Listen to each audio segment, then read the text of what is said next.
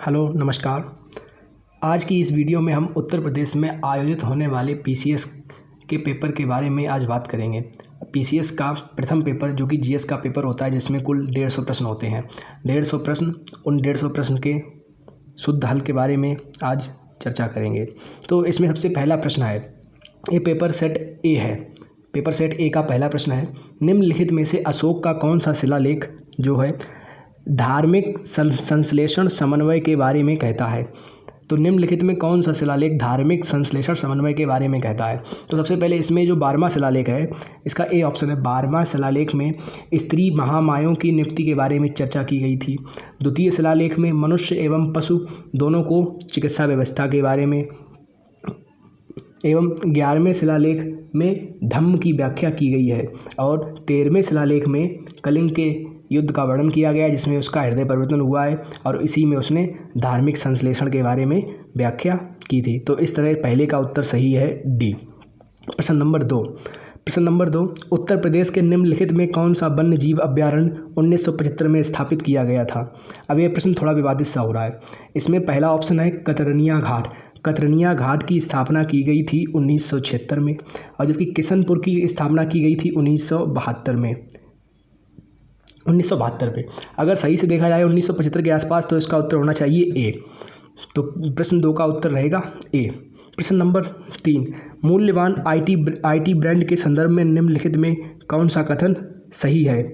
मूल्यवान IT brand के संदर्भ में निम्नलिखित में कौन सा कथन सही है। एक्सचेंजर वैश्विक स्तर पर 2022 में सर्वाधिक मूल्यवान आईटी ब्रांड है। बिल्कुल सही, जी हाँ, ये कथन सही है। टीसीएस वैश्विक आईटी सेवा ब्रांडों में 2022 में नंबर 2 पायदान पर है। जी हाँ, ये भी सही है। तो इस तरह से इसका सही उत्तर है 1 व 2 दोनों। प्रश्न नंबर 4 है, हमारे द्वारा उपयोग किए जाने वाले ऊर्जा के अधिकांश स्रोत संग्रहित सौर ऊर्जा का प्रतिनिधित्व करते हैं। निम्नलिखित में कौन सा अंततः सूर्य की ऊर्जा से व्युत्पन्न नहीं होता है। सूर्य की ऊर्जा से कौन सा व्युत्पन्न नहीं होता है। इस प्रश्न का उत्तर है, इसे इंग्लिश में पढ़ देखते हैं।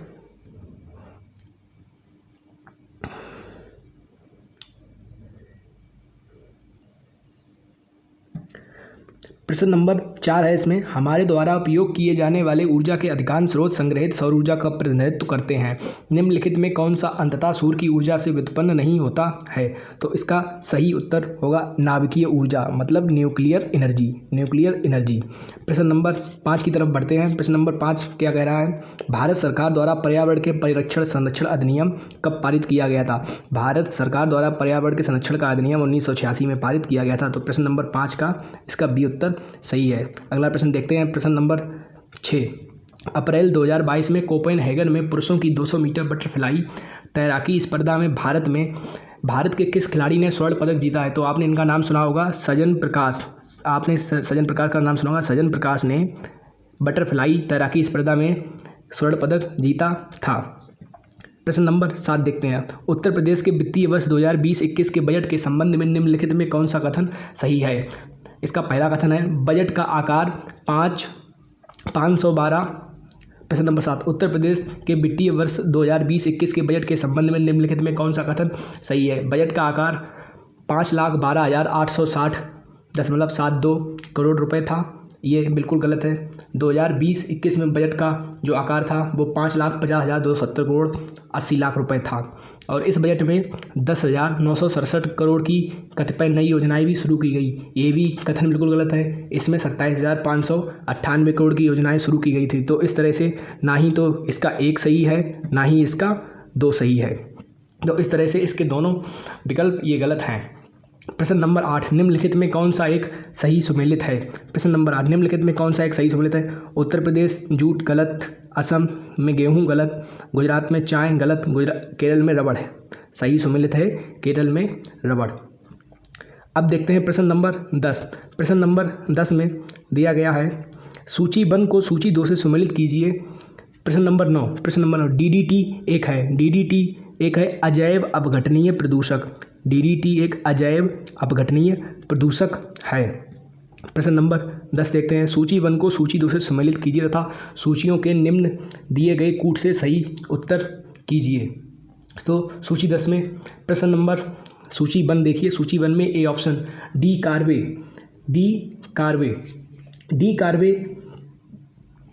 डी कार्वे ने सबसे पहले।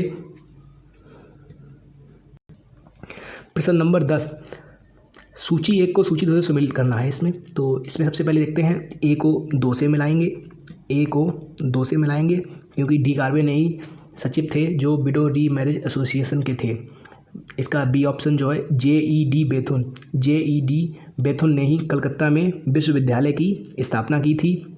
और उसके बाद ईश्वर चंद्र विद्यासागर जो थे, इन्होंने कलकत्ता में संस्कृत कॉलेज के प्राचार्य रहे।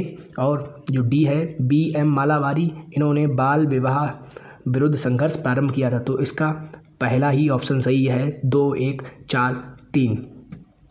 अब बढ़ते हैं अगले प्रश्न की तरफ। अगला प्रश्न है 11, भारत में किस धार्मिक समूह का सर्वाधिक भाग जो है वो कैसा है, नगरीय। तो ये सर्वाधिक है जैन का। सर्वाधिक भाग नगरीय किसका है, जैन का है। प्रश्न नंबर 12, सूची 1 को सूची 2 से सम्मिलित कीजिए तथा सही उत्तर चुनिए। सूची 1 को सूची 2 से सम्मिलित कीजिए। प्रश्न नंबर 12, बटेश्वर की पहाड़ियाँ जो है, बटेश्वर की पहाड़ियाँ जो हैं वो बिहार में है। बटेश्वर की पहाड़ियाँ बिहार में है। धौसी की पहाड़ियाँ जो है, धौसी की पहाड़ियाँ हरियाणा में है। तो डी का 1 किससे मिल रहा है, डी का 1 ए में मिल रहा है और डी में मिल रहा है। लेकिन ए का 3 किस में मिल रहा है, ए का 3 मिल रहा है ए ऑप्शन में। तो इस तरह इसका सही ऑप्शन है ए, बटेश्वर की पहाड़ियाँ बिहार में, बिलारी की पहाड़ियाँ मणिपुर में, चिन की पहाड़ियाँ कर्नाटक में,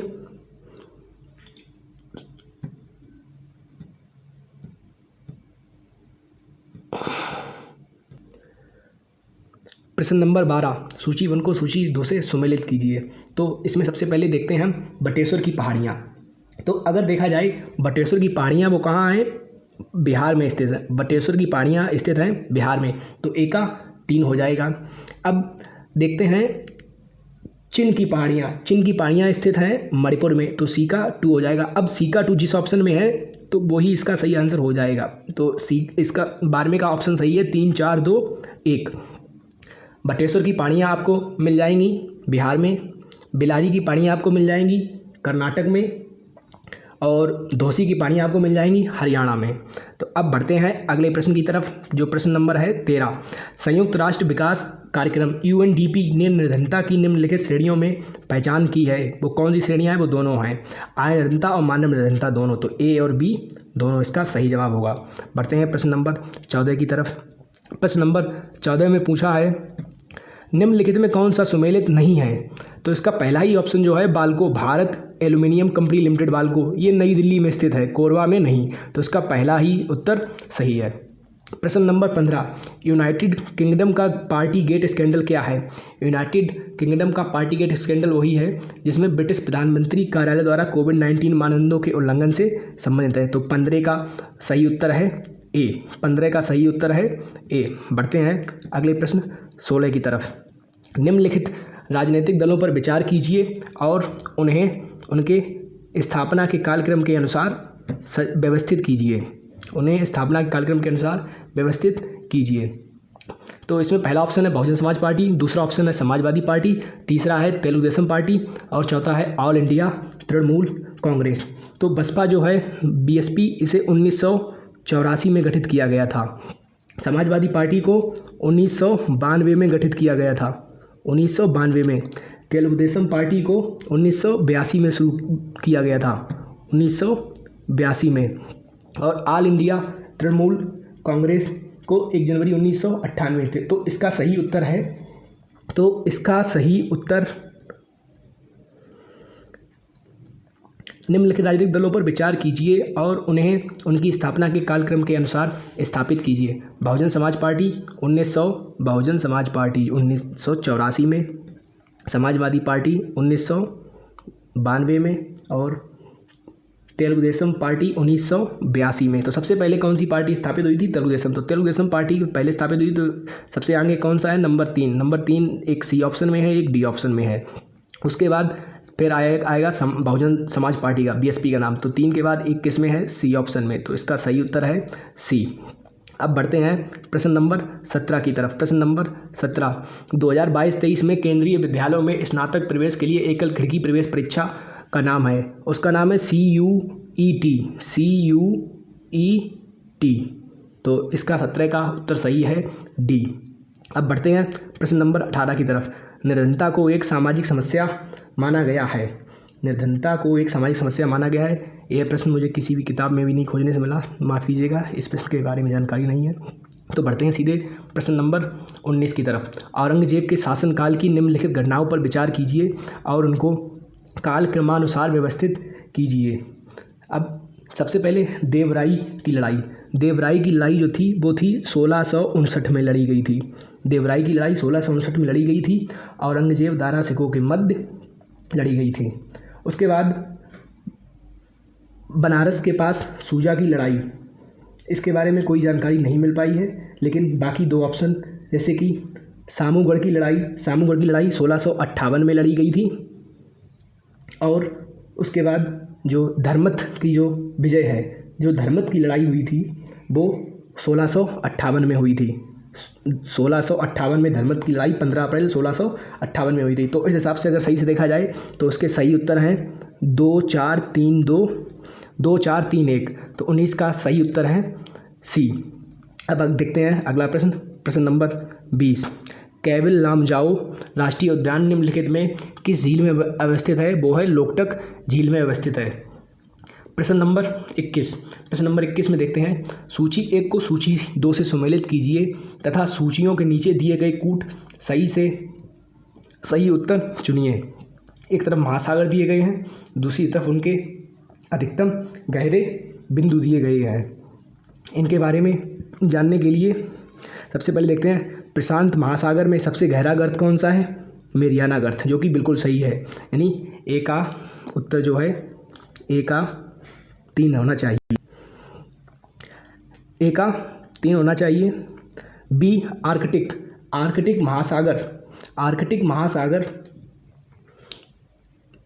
में मेलॉय गर्त सबसे गहरा है। हिंद महासागर में सुंडा गर्त सबसे गहरा है और अंध महासागर में प्यूर्टो रिको गर्त सबसे गहरा है। तो इसका सही उत्तर होगा ऑप्शन नंबर बी। 3 4 1 2 21 का सही उत्तर होगा ऑप्शन नंबर बी। अब बढ़ते हैं अगले प्रश्न की तरफ, जो कि है 22वां प्रश्न।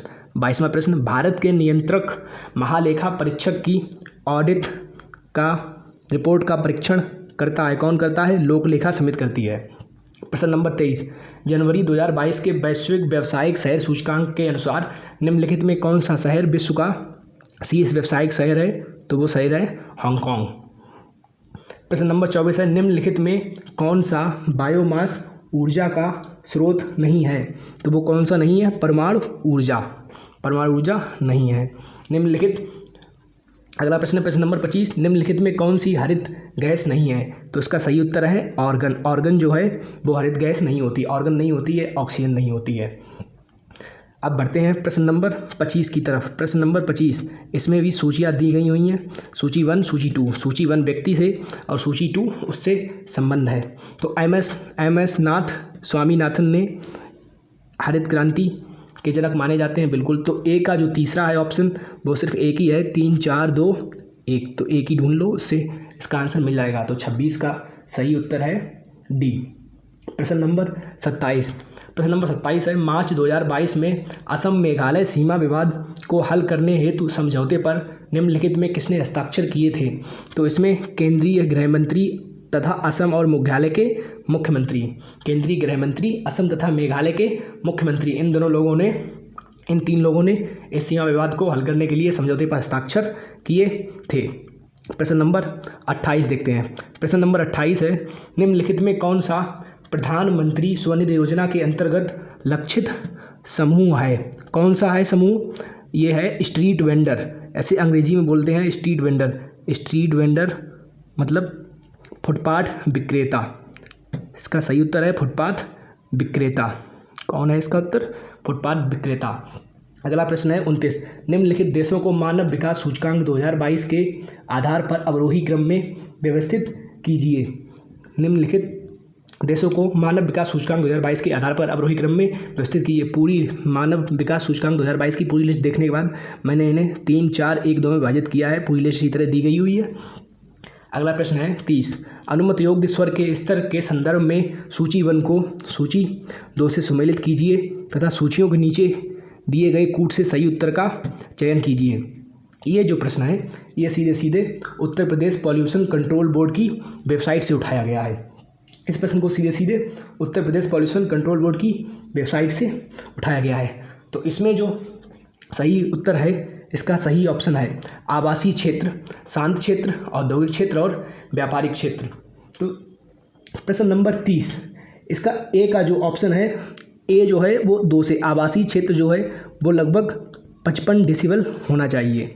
शांत क्षेत्र बी अर्थात बी जो है वो 50 डेसिबल होना चाहिए। औद्योगिक क्षेत्र जो है वो 70 डेसिबल होना चाहिए और डी व्यापारिक क्षेत्र 65 डेसिबल होना चाहिए। तो इस तरह इसका सही ऑप्शन है 2, 1, 4, 3। प्रश्न नंबर 31 देखते हैं, चंद्रगुप्त द्वितीय के संदर्भ में निम्नलिखित में कौन सा कथन सही है? शक विजय के संदर्भ में सबसे सबल प्रमाण इसकी इस नरेश की रजत मुद्राएं हैं। जी हाँ, बिल्कुल सही है। दूसरा इसका इन मुद्राओं की तौल लगभग 33 ग्रेन हुआ करती थी। जी हाँ, बिल्कुल। इन मुद्राओं की जो ग्राम था, इन मुद्राओं का जो तौल थी वो 32.36 ग्रेन हुआ करती थी। तो इसे अगर लगभग में माना जाएगा तो 33 ग्रेन ही हो जाएगा। तो इसका सही उत्तर है 1 और 2 दोनों। अब बढ़ते हैं अगले प्रश्न की तरफ। प्रश्न नंबर 32, टी माल्थस ने माल्थुसियन थ्योरी नामक प्रसिद्ध सिद्धांत प्रतिपादित किया था जो किससे संबंधित था? जनसंख्या से संबंधित था। अगला प्रश्न है 33, नीचे 2 वक्तव्य दिए गए हैं, एक को अभिकथन ए तथा दूसरे को कथन आर कहा गया है। आगरा और दार्जिलिंग एक ही अक्षांश में स्थित हैं, किंतु जनवरी में आगरा का तापमान 16 डिग्री सेल्सियस तथा दार्जिलिंग का 4 डिग्री सेल्सियस होता है। तो ये कथन जो है ये कथन बिल्कुल सही है। अब इसका कारण दिया गया है, ऊंचाई के साथ तापमान घटता है तथा विरल वायु के कारण मैदानी प्रदेशों की तुलना में पर्वतीय प्रदेश अधिक ठंडे होते हैं। तो सही, इसका कारण भी ये सही है। तो इसका सही है, ए और आर दोनों सही है, परंतु आर ए की सही व्याख्या भी करता है। अब देखते हैं प्रश्न नंबर 34। प्रश्न नंबर 34, सूची योग को सूची 2 से सम्मिलित कीजिए तथा सूचियों के नीचे दिए गए कूट से सही उत्तर का चयन कीजिए।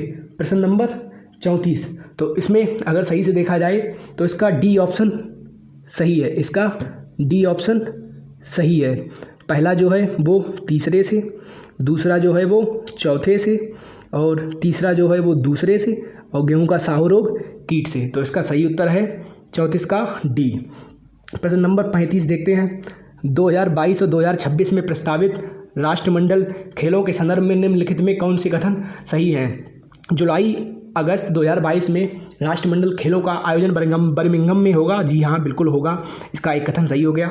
2026 में राष्ट्रमंडल खेलों का आयोजन विक्टोरिया ऑस्ट्रेलिया में होगा। जी हाँ, बिल्कुल। इसके दोनों ही कथन सही हैं, पहला और दूसरा दोनों कथन सही हैं। प्रश्न नंबर 36 पे बात करते हैं, शनि ग्रह के वायुमंडल में निम्नलिखित में कौन सी सबसे अधिक मात्रा में गैस पाई जाती है? तो पाई जाती है मीथेन। कौन सी पाई जाती है? मीथेन। एक ऑप्शन अमोनिया भी है, लेकिन अमोनिया इसमें है नहीं, तो इसलिए मीथेन इसका सही उत्तर हो जाएगा। अब बढ़ते हैं प्रश्न नंबर अगले 37 की तरफ। इसमें है, वर्ष 1985 में गंगा एक्शन प्लान परियोजना प्रारंभ करने का मुख्य उद्देश्य क्या था? तो इसका मुख्य उद्देश्य केवल क्या था? इसके जल को क्या करना है? सिर्फ प्रदूषण रहित करना है। तो इसका सही उत्तर है प्रश्न 37 का सही उत्तर है विकल्प नंबर सी। अगला प्रश्न 38, नीचे दो कथन दिए गए हैं, एक को अभिकथन तथा दूसरे को कारण। तो इसमें बताना है, 73वां संविधान संशोधन भारत के स्थानीय स्वशासन के इतिहास में एक आधार स्तंभ के रूप में माना जाता है। जी हाँ, बिल्कुल एक आधार स्तंभ माना जाता है। इसका कारण है 73वें संविधान संशोधन ने पंचायतों को अति अपेक्षित संवैधानिक दर्जा दिया। जी हाँ, बिल्कुल। तो इसके ए और आर दोनों सही है और दोनों आर ए की सही व्याख्या भी करता है। अब बढ़ते हैं प्रश्न नंबर अगले 29 की तरफ। प्रश्न नंबर 29 में, भारत के किस राज्य ने स्वच्छ जल एवं जल सुरक्षा के लिए देश के प्रथम digital water bank aquarium aquarium का उद्घाटन किया? तो इसका सही उत्तर है कर्नाटक। इसका सही उत्तर क्या है? 39 का सी। प्रश्न नंबर 40, सत्य शोधक समाज के संस्थापक कौन थे जिनका प्रारंभिक जोर सत्य की जोर पर था? तो सत्य शोधक समाज के संस्थापक कौन थे? ज्योतिबा फुले जी। अब बढ़ते हैं प्रश्न नंबर 41 की तरफ। सूची 1 को सूची 2 से मिलान करना है। जय वाराणसी क्षेत्र हैं और उनके राज्य दिए गए हैं। तो प्रश्न नंबर 41, तो इसका सही उत्तर कौन सा है? बी। इसका सही उत्तर कौन सा है? बी।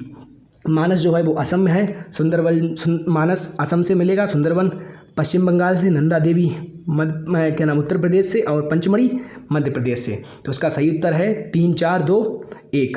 अब बढ़ते हैं प्रश्न नंबर 42 की तरफ। प्रश्न नंबर 42 कह रहा है म्यांमार का पेगुयोमा क्षेत्र किस खनिज का उत्पादक का क्षेत्र है? तो सही उसका उत्तर है खनिज तेल। प्रश्न नंबर 43, प्रश्न नंबर 43 कह रहा है उत्तर प्रदेश में एक जनपद एक उत्पाद योजना के आधार पर निम्नलिखित में कौन सा सही सुमेलित नहीं है? अमेठी के मूल के उत्पाद होते हैं, बिल्कुल होते हैं।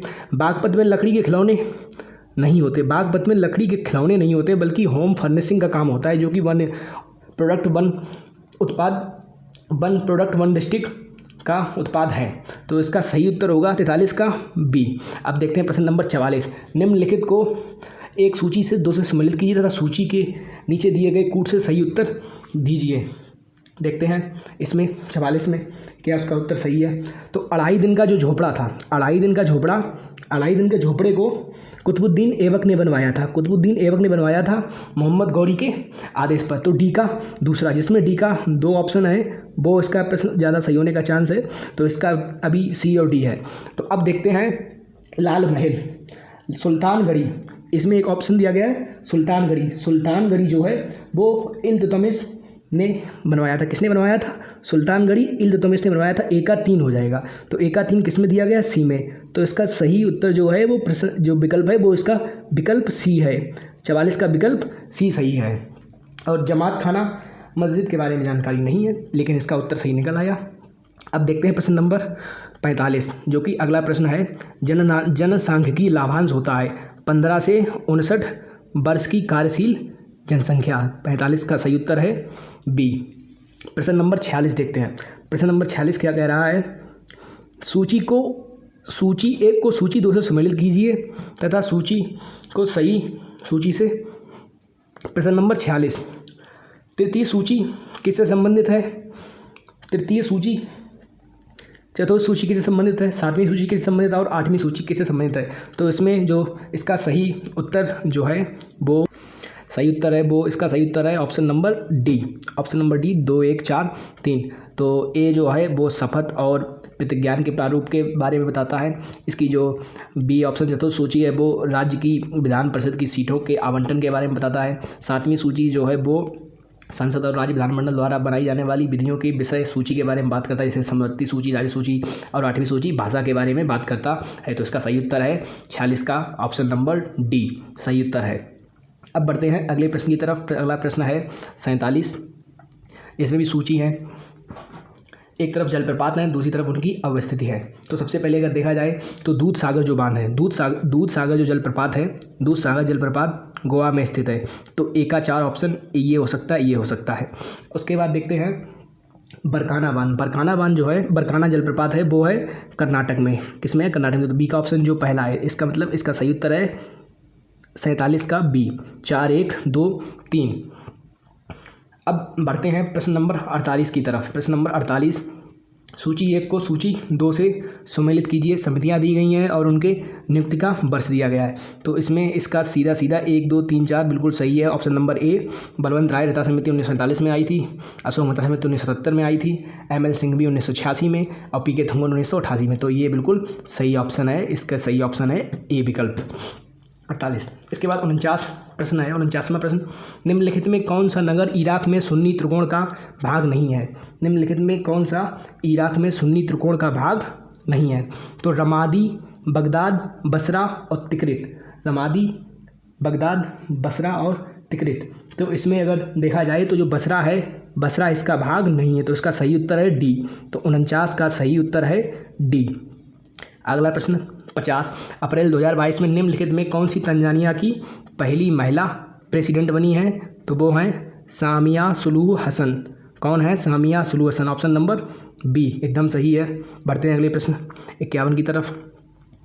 वर्ष 2022 के प्रारंभ में कौन सा देश इस्पात उत्पादन में सबसे ऊपर रहा? तो वो इसका सही उत्तर है चीन। क्या उत्तर है इसका सही? चीन।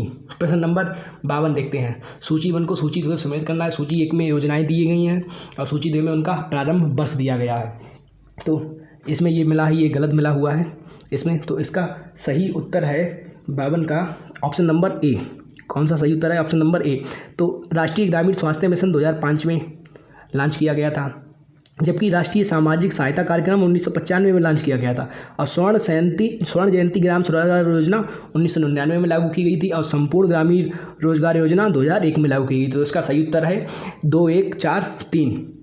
प्रश्न नंबर 53 बढ़ते हैं प्रश्न नंबर 53 की ओर। निम्नलिखित में किसने जनवरी 2022 में आयोजित सैयद मोदी अंतर्राष्ट्रीय टूर्नामेंट में महिला एकल का खिताब जीता है? तो इसका सही उत्तर है पीवी सिंधु। पीवी सिंधु ने 2022 में यह टूर्नामेंट जीता था। अगला प्रश्न नंबर 24 है। ऊष्मगतिकीय थर्मोडायनामिकली रूप से कार्बन का सबसे स्थिर रूप कौन सा है? तो सही सबसे स्थिर रूप है ग्रेफाइट। इसका सही उत्तर क्या है? ग्रेफाइट। अगले प्रश्न बढ़ते हैं प्रश्न नंबर 55 की ओर। निम्नलिखित में कौन सा स्तनधारी अंडे देता है? तो निम्नलिखित में एकेडना जो है वो अंडे देता है। एकेडना इसका सही ऑप्शन है। प्रश्न नंबर 26 की तरफ बढ़ते हैं। सिंधु घाटी की सभ्यता में किस पुरातत्व स्थल से नाव के चित्र प्राप्त हुए हैं? मोहनजोदड़ो से प्राप्त हुए हैं। तो मोहनजोदड़ो एक ऑप्शन मिल रहा है, तो इसका सही उत्तर होगा ऑप्शन नंबर डी। प्रश्न नंबर 27 की तरफ बढ़ते हैं। निम्नलिखित में नगरों पर विचार कीजिए तथा जनसंख्या के आधार पर उन्हें अवरोही क्रम में व्यवस्थित कीजिए। वैसे तो ये प्रश्न अब गलत है, क्योंकि इसमें सही आंकड़े नहीं दिए गए हैं। इसका सही ऑप्शन होना चाहिए गाजियाबाद। गाजियाबाद के बाद लखनऊ होना चाहिए। नंबर 1 पे गाजियाबाद, नंबर 2 पे लखनऊ, और नंबर 3 पे होना चाहिए कानपुर, और नंबर 4 पे आगरा होना चाहिए। सबसे आखिर में होना चाहिए था आगरा, लेकिन इसमें कुछ ऐसे ऑप्शन नहीं मिले, तो ये जो प्रश्न है वो विवादित है। प्रश्न नंबर बढ़ते हैं 58 की तरफ। भारत में सर्वाधिक ज्वारीय शक्ति उत्पादक तटीय क्षेत्र कौन सा है? खंबाट तट सर्वाधिक शक्ति उत्पादक तटीय क्षेत्र है। प्रश्न नंबर 59।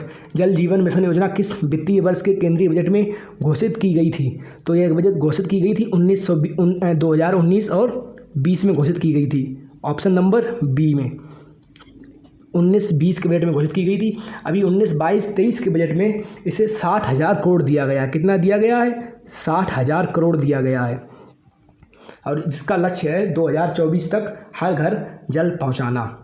अब बढ़ते हैं अगले प्रश्न की तरफ। निम्नलिखित घटनाओं पर विचार कीजिए तथा उनको कालक्रमानुसार व्यवस्थित कीजिए।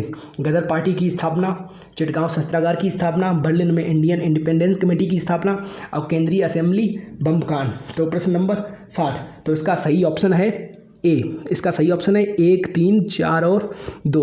सबसे पहले गदर पार्टी की स्थापना हुई थी, फिर उसके बाद इंडियन इंडिपेंडेंस कमेटी की स्थापना हुई थी, फिर उसके बाद केंद्रीय असेंबली बम कांड, और सबसे आखिर में चिटगांव शस्त्रागार छापा पड़ा था। तो 60 का सही उत्तर है ए।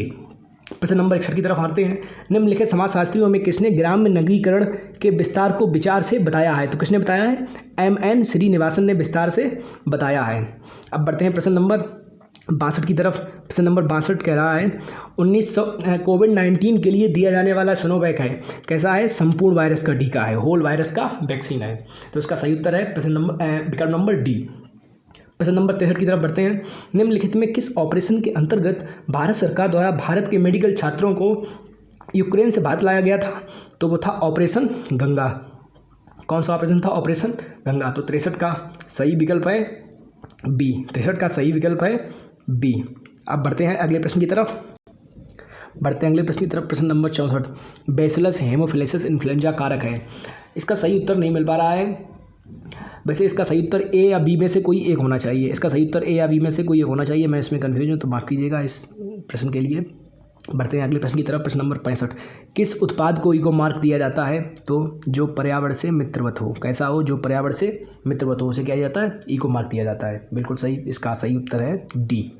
अब बढ़ते हैं प्रश्न नंबर 66 की तरफ। इसमें भी सूचियाँ दी गई हैं। सूची 1 सूची 2 से सम्मिलित कीजिए। तो इसमें दार्शनिक दिए गए हैं और वो किस दर्शन से जुड़े हुए हैं। दार्शनिक किस दर्शन से जुड़े हुए हैं? तो 66 का अगर उत्तर सही देखा जाए तो 66 का उत्तर सही है रामानुजन, माधवाचार्य, निम्बार्क और वल्लभाचार्य। तो इस प्रश्न का सही उत्तर, माफ़ कीजिएगा, प्रश्न नंबर 66, सूची 1 को सूची 2 से सम्मिलित कीजिए। तो इसका सही सुमेलन है option number B. Option number B 4, 3, 2, 1। Ramanujan विशिष्ट द्वैत से संबंधित थे, और जो माधवाचार्य थे वो द्वैत से संबंधित थे, निम्बकाचार्य थे वो द्वैताद्वैत से संबंधित थे, और वल्लभाचार्य शुद्ध द्वैत से संबंधित थे। तो इसका सही उत्तर है विकल्प नंबर बी। बढ़ते हैं अगले प्रश्न 67 की तरफ। सौर ऊर्जा को बौद्ध ऊर्जा में किसके द्वारा परिवर्तित किया जाता है? तो इसका सही उत्तर है फोटोवोल्टाइक कोशिकाओं के द्वारा। प्रश्न नंबर 28, केंद्रीय पर्यावरण, वन एवं जलवायु परिवर्तन मंत्रालय भारत सरकार ने डॉल्फिन डे बनाने की घोषणा की है। कब से की है? 5 अक्टूबर 2022 से। तो इस साल 5 अक्टूबर को बनेगा डॉल्फिन डे। अगला प्रश्न है प्रश्न नंबर 59, डेंगू बुखार किसके काटने से होता है? डेंगू बुखार एडीज मच्छर के काटने से होता है। किसके काटने से होता है? एडीज। तो सही ऑप्शन है इसका ए। एनाफिलीज से होता है मलेरिया। एनाफिलीज से होता है मलेरिया। तो डेंगू होता है एडीज के काटने से। विकल्प नंबर इसका ए सही है। बढ़ते हैं अगले प्रश्न 70 की तरफ। 70 है प्रश्न नंबर 70, निम्नलिखित हिंदुस्तान समाजवादी प्रजातंत्र संघ के संस्थापक कौन थे? ये प्रश्न इतिहास में कहाँ से आया है? ये प्रश्न मुझे इसका सही उत्तर खोज नहीं मिल रहा है, माफ़ कीजिएगा। तो बढ़ते हैं सीधे अगले प्रश्न की तरफ। निम्नलिखित युगों में कौन सा सुमेलित नहीं है? कौन सा सुमेलित नहीं है? तो इसमें जो मणिपुर है, मणिपुर में सीटें कितनी दिखाई गई है? 60, जो कि 60 नहीं है। वहाँ कितनी सीटें हैं? 60। इसमें 62 नहीं है। तो सही उत्तर इसका क्या है? सी। प्रश्न नंबर 72, प्रकाश रासायनिक धुंध में सदैव होता है, क्या होता है? ओजोन में होता है। किस में होता है? ओजोन में होता है। अगला प्रश्न बढ़ते हैं 73 की तरफ। विश्व खुशहाली सूचकांक 2022 के अनुसार भारत कौन से स्थान पर है? 136वें स्थान पर। कौन स्थान पर? 136वें स्थान। 73 का ऑप्शन सही है सी। प्रश्न नंबर 74, निम्नलिखित युग्मों में कौन सा सही सुमेलित नहीं है? तो सही सुमेलित नहीं है इसका प्रश्न नंबर सी।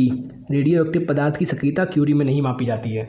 प्रश्न नंबर 75, निम्नलिखित में किस स्तूप में आर्यक स्तंभ वाले मंच की विशेषताएं मिलती हैं? ये प्रश्न भी एक कुछ नया था, तो इस प्रश्न को भी मैं खोज नहीं पाया, माफ़ कीजिएगा इसके लिए भी। बढ़ते हैं अगले प्रश्न 76 की तरफ। भारत में संसद के द्वारा panchayat extension to scheduled areas कानून कब पारित किया गया? तो ये मुख्यतः पेशा अधिनियम की बात करता है। किसकी अधिनियम की बात करता है? पेशा अधिनियम जो था वो 1996 में आया था। तो इसका सही उत्तर है प्रश्न नंबर विकल्प नंबर ए। बढ़ते हैं अगले प्रश्न 78 की तरफ। मार्च 2022 में प्यूर्टो रिको में आयोजित मिस वर्ल्ड 2021 की विजेता कौन थी? करोलिना बिलावास्का। कौन थी? करोलिना बिलावास्का। तो इसका सही विकल्प है ए। बढ़ते हैं अगले प्रश्न 78 की तरफ। इसमें दिया गया है, निम्नलिखित में कौन सा सतत हेतु 2030 तक प्राप्त करने का लक्ष्य नहीं है? कौन सा नहीं है? तो वो है अंतरिक्ष अनुसंधान का। बाकी तीनों लक्ष्य हैं, इस नहीं है कौन सा? अंतरिक्ष अनुसंधान। तो इसका सही उत्तर है विकल्प नंबर सी। बढ़ते हैं अगले प्रश्न की तरफ। निम्नलिखित में कौन सी नदी घाटी बेसिन क्षेत्रफल की दृष्टि से सबसे बड़ी नदी है? तो वो कौन सी नदी है? महानदी। कौन सी नदी है? महानदी। निम्नलिखित में कौन सा वृक्ष जो है वो पर्यावरण के लिए खतरा है? तो वो कौन सा वृक्ष पर्यावरण के लिए खतरा है? यूकेलिप्टस, क्योंकि ये पानी बहुत पीता है, ये बहुत पानी पृथ्वी से पानी की हानि करता है। तो इस तरह आज इस प्रश्न के कुल 80 प्रश्न हमने हल किए। 1-2 प्रश्न का वेरिएशन हो सकता है। बाकी अगर वीडियो पसंद आई तो लाइक करें, कमेंट करें और शेयर करें। जल्दी बचे हुए 70 प्रश्न अगली वीडियो में दिए जाएंगे। आशा करता हूँ आपको ये वीडियो पसंद आई होगी। धन्यवाद।